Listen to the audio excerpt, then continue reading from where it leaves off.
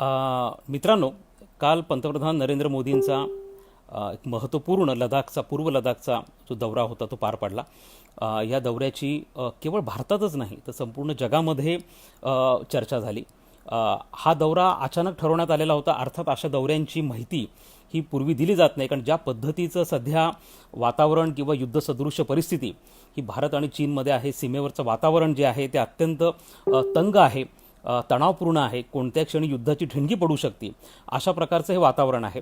आणि अशा वातावरणामध्ये कधीही पूर्वसूचना देऊन अशा स्वरूपाचे दौरे हे केले जात नाहीत. त्यामुळे हा जो दौरा होता हा पूर्णपणे त्याच्याविषयीची गुप्तता ही पूर्णपणे बाळगली गेलेली होती. संपूर्ण भारताला देखील याची कल्पना नव्हती आणि अशा वेळेला हा दौरा पार पडला. या दौऱ्याचं सगळ्यात महत्त्वाचं वैशिष्ट्य म्हणजे पंतप्रधान नरेंद्र मोदींनी आपल्या सीमेवरच्या तिथल्या सैन्यांना ॲड्रेस केलं आणि हा ज्या पद्धतीने जो दौरा होता हा एक अत्यंत महत्त्वपूर्ण अशा स्वरूपाचा दौरा जो पार पडला असं आपल्याला म्हणावं लागेल. अर्थात या दौऱ्यांनी नेमकं काय साधलं हे फार महत्त्वाचं आहे. ह्या दौऱ्याचा जो टायमिंग आहे तो देखील फार महत्त्वाचा आहे. त्यामुळे ह्या तिन्ही दृष्टिकोनातून या दौऱ्याकडे बघावं लागणार आहे. या दौऱ्यातनं अनेक महत्त्वाचे संकेत मिळतात.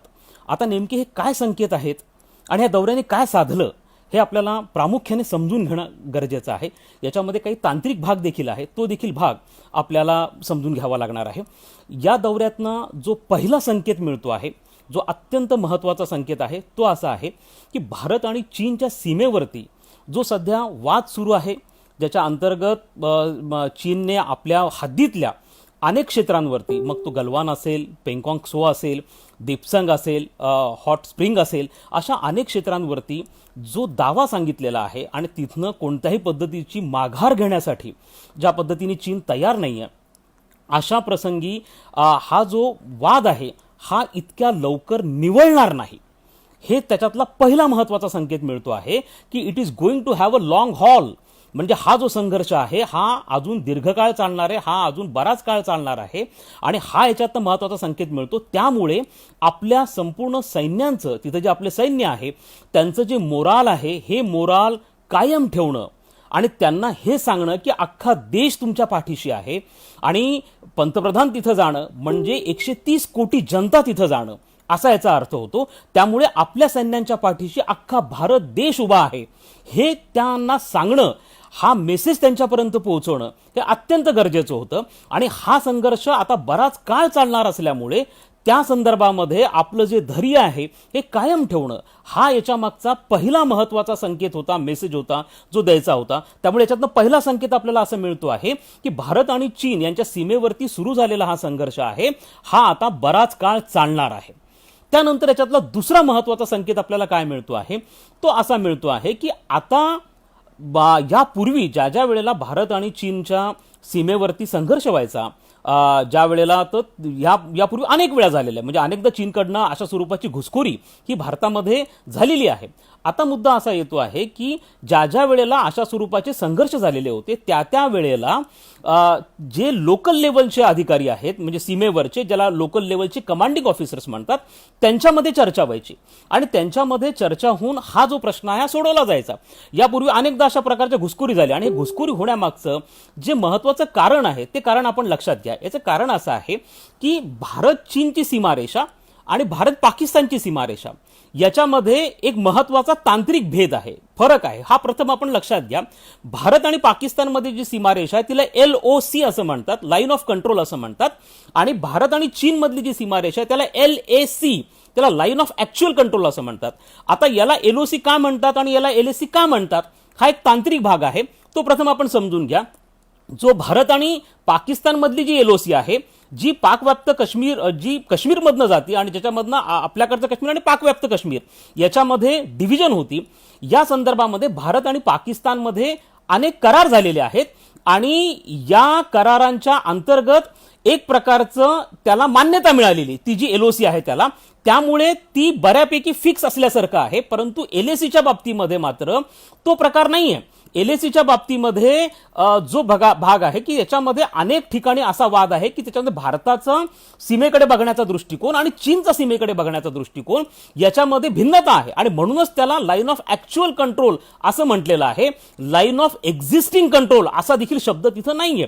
आणि त्यामुळे आपण असं पाहतो की भारत आणि चीनची जी सीमारेषा आहे जी 3800 किलोमीटरची सीमारेषा आहे आणि विशेष करून लडाखमध्ये असा अनेक पर्वतीय क्षेत्र आहेत की ज्यामध्ये डिफरन्स ऑफ परसेप्शन आहेत. म्हणजे दोघांकडे पण याच्याकडे बघण्याचा जो मतभेद आहे तो प्रकर्षाने आपल्याला पूर्व लडाखमध्ये दिसून येतो.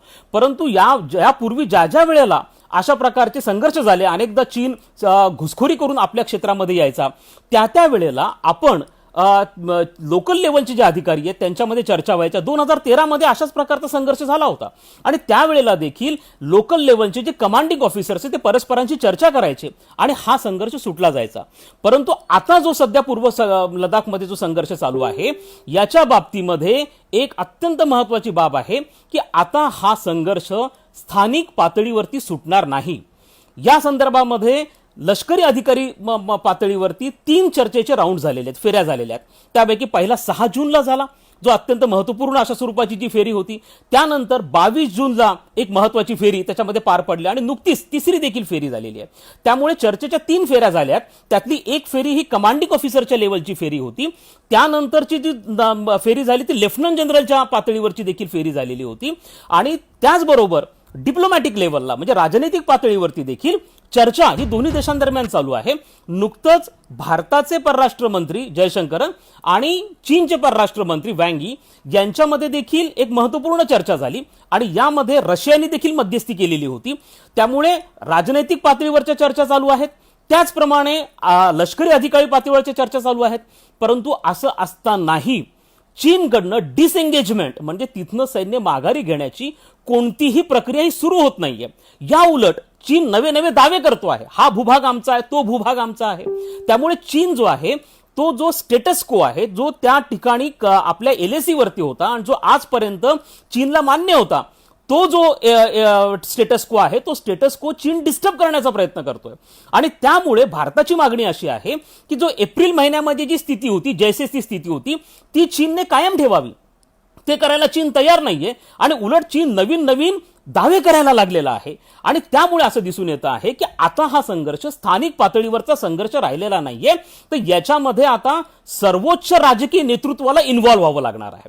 आणि मोदींची जी भेट होती ही हे दर्शवती की आता यामध्ये पंतप्रधान मोदी आणि चीनकडनं शी जिनपिंग यांच्यामधली चर्चा ही आता महत्वाची राहणार आहे आणि त्याचे एक पद्धतीचा संकेत या भेटीतनं पंतप्रधानांनी दिला आहे असं आपल्याला म्हणावं लागेल.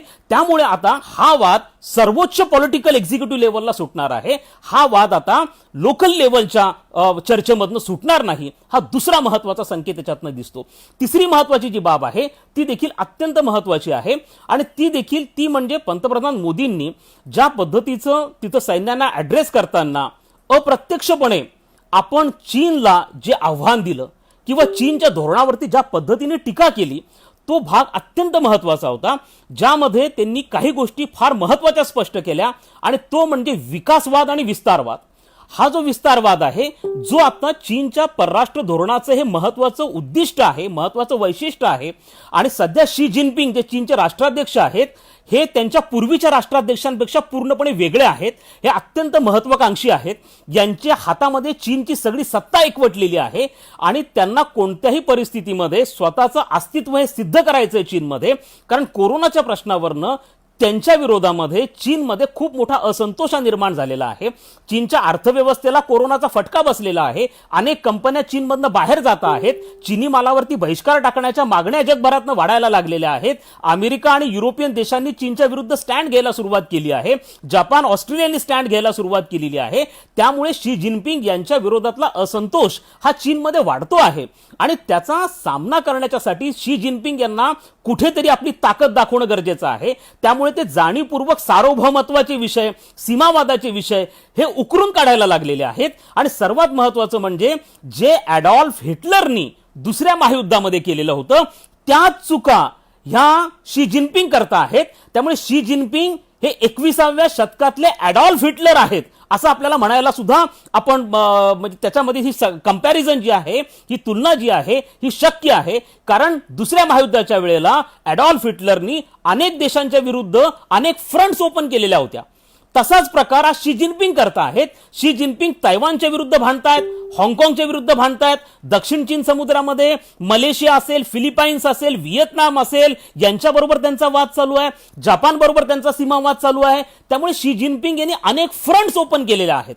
आणि त्याचबरोबर ज्या पद्धतीने ॲडॉल्फ हिटलरनी दुसऱ्या महायुद्धाच्या काळामध्ये कॉन्सन्ट्रेशन कॅम्प काढले होते, छळ छावण्या काढल्या होत्या आणि ज्यू लोकांचा छळ केला होता, आज शी जिनपिंग तेच करत आहेत. शी जिनपिंग यांनी शिनशियांग नावाचं चीनचं जे क्षेत्र आहे तिथं छळ छावण्या काढलेल्या आहेत आणि त्याच्यामध्ये 10 लाख अल्पसंख्याक मुस्लिमांना ठेवलेलं आहे आणि त्यांचा अतोनात छळ केला जातो आहे. त्यामुळे जे ॲडॉल्फ हिटलरनी केलं ते शी जिनपिंग करत आहेत. आणि त्यामुळे काल पंतप्रधान मोदींचं वक्तव्य अत्यंत सूचक होतं. ते असं म्हणाले की ज्या ज्या देशांनी विस्तारवादाचा मार्ग अवलंबलेला आहे त्या देशांचा शेवट हा नक्की झालेला आहे आणि त्यांना एकतर आपले धोरण बदलावे लागलेले आहेत किंवा त्यांचा नायनाट झालेला आहे. आणि आता चीन त्याच पावलांवरती जातो आहे. हाँगकाँगच्या विरोधामध्ये चीनच्या विरुद्ध 29 देश एकत्र आलेले आहेत. नुकतंच बातमी आलेली आहे, जी कालचीच बातमी आहे, की ज्यामध्ये अमेरिकेने आपल्या 2 एअरक्राफ्ट जे जहाजं आहेत, वाहून नेणारे जहाजं आहेत, ज्याच्यावरती न्यूक्लिअर वेपन्स आहेत, ते आता ते दक्षिण चीन समुद्रामध्ये पाठवणार आहेत. याच्यामुळे अमेरिका आणि चीन ज्यांच्यामधला जरी संघर्ष आहे तो कमालीचा वाढणार आहे. त्यामुळे काल पहिल्यांदा भारत अधिकृतपणे चीनच्या विस्तारवादाविषयी बोललेला आहे. आजपर्यंत आपलं चीनच्या संदर्भातलं जे धोरण होतं हे बऱ्यापैकी बचावात्मक होतं, डिफेन्सिव्ह होतं. आपण चीनच्या अंतर्गत मुद्द्यांवरती फारसे बोलत नव्हतो. चीन हा एक असा देश आहे की त्यांनी आपले काही कोर इंटरेस्ट आयडेंटिफाय केलेले आहेत. कोर इंटरेस्ट म्हणजे त्यांचे काही हितसंबंध, जसं तैवान, हाँगकाँग, दक्षिण चीन समुद्र हे त्यांचे हितसंबंध आहेत.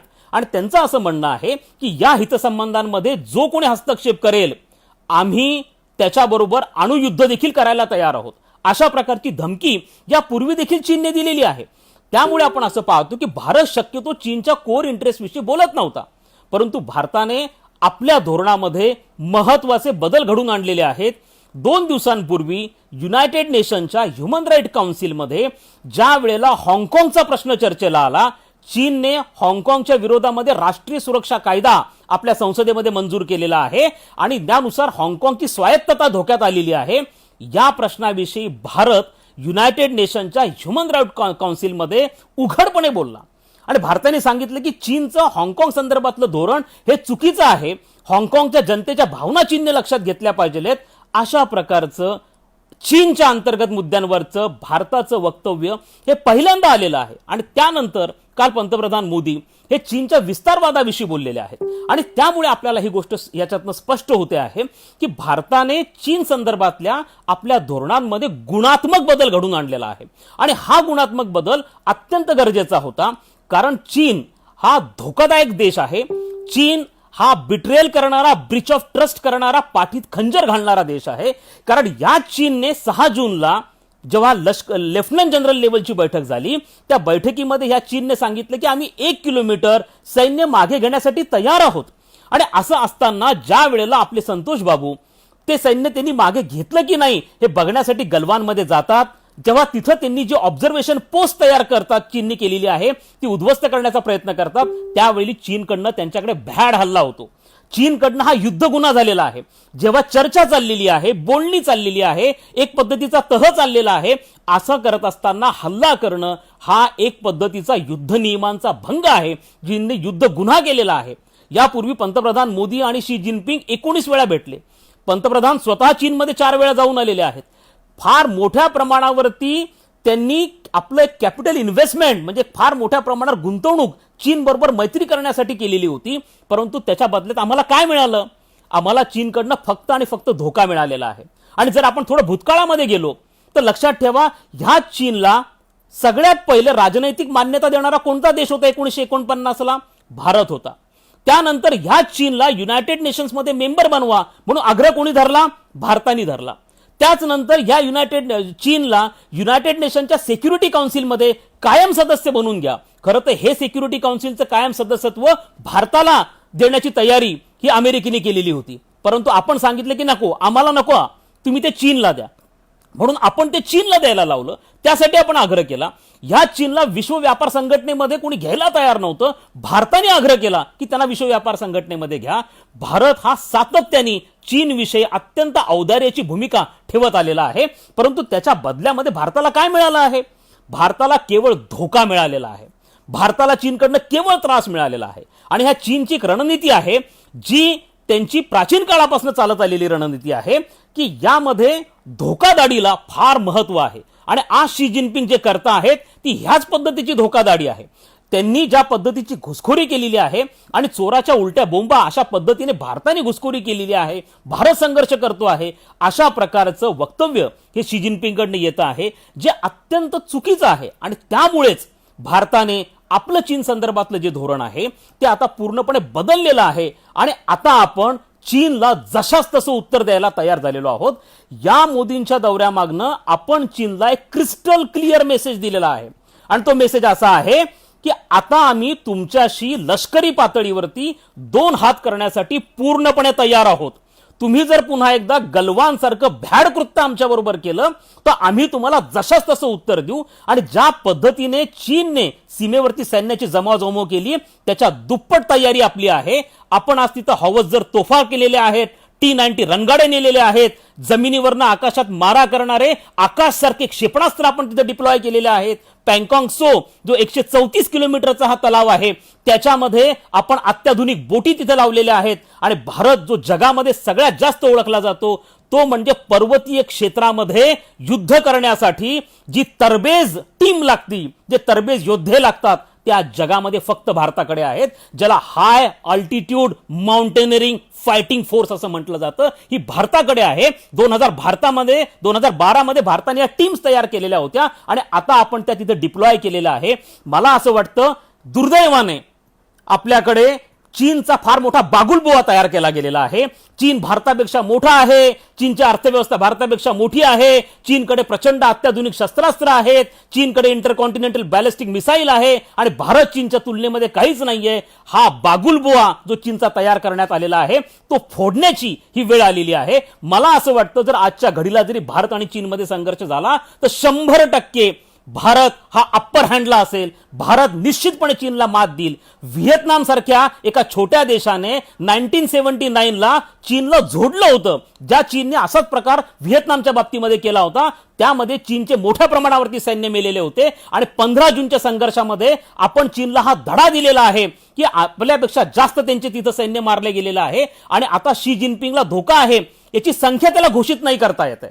वॉशिंग्टन पोस्टचा एक रिपोर्ट आलेला आहे. वॉशिंग्टन पोस्ट असं म्हणतं की जर शी जिनपिंगने 15 जूनच्या संघर्षामध्ये किती लोक मेले हे जर डिक्लेअर केलं तर शी जिनपिंगच्या विरोधामध्ये अख्ख्या चीनमध्ये उठाव सुरू होतील.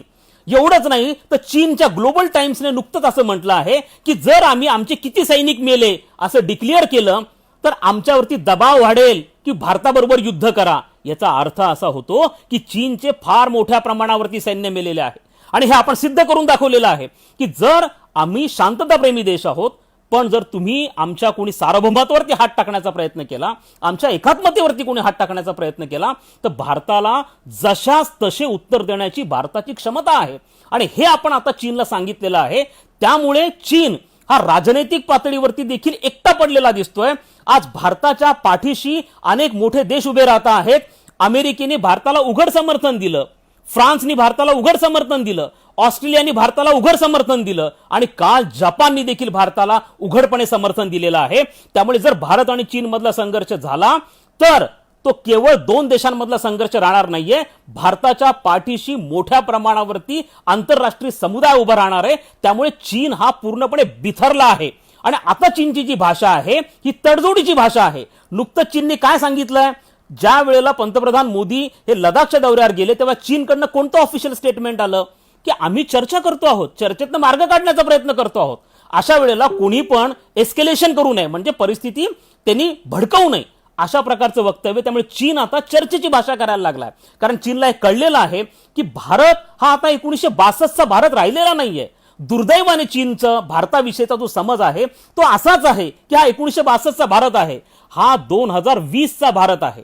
हा भारत पूर्णपणे बदललेला आहे. 1962ला भारताकडे अण्वस्त्र नव्हती, आज भारताकडे अण्वस्त्र आहेत. 1962 पेक्षा कितीतरी पटीने आपली आज आर्थिक प्रगती झालेली आहे. 1962ला Bharat BRICS, Shanghai corporation, G20 याचा सदस्य नव्हता, आज मोठ्या मोठ्या संघटनांचा भारत सदस्य आहे. त्यामुळे चीननी भारताविषयीचं जे चुकीचं इम्प्रेशन आहे ते करेक्ट करण्याची गरज आहे आणि चीनला ते आता जाणवायला लागलेलं आहे की आपल्याकडनं आज चूक झालाय. परंतु आता झी जिनपिंगची अवस्था अवघडल्यासारखी झाली आहे.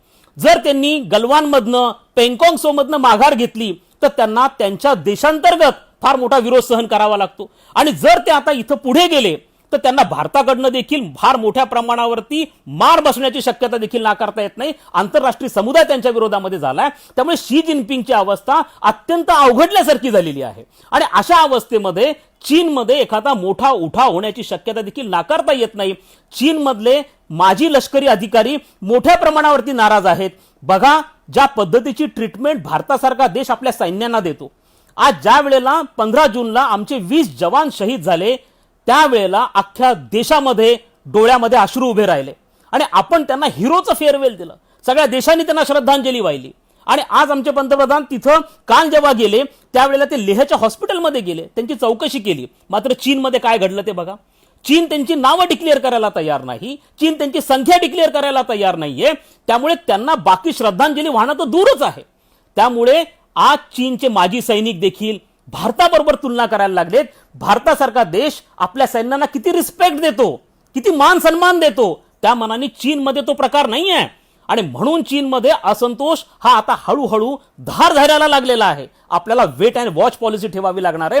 मला असं वाटतं की चीनने जो प्रकार पूर्व लडाखमध्ये केलेला आहे ही चीनची घोडचूक आहे. त्यांना असं वाटलं की ते अनेक फ्रंट ओपन करतील, परंतु ज्या पद्धतीने आता आंतरराष्ट्रीय समुदाय हा चीनच्या विरुद्ध एकत्र झालेला आहे मला असं वाटतं की तो राजनैतिक पातळीवरचा आपला विजय आहे.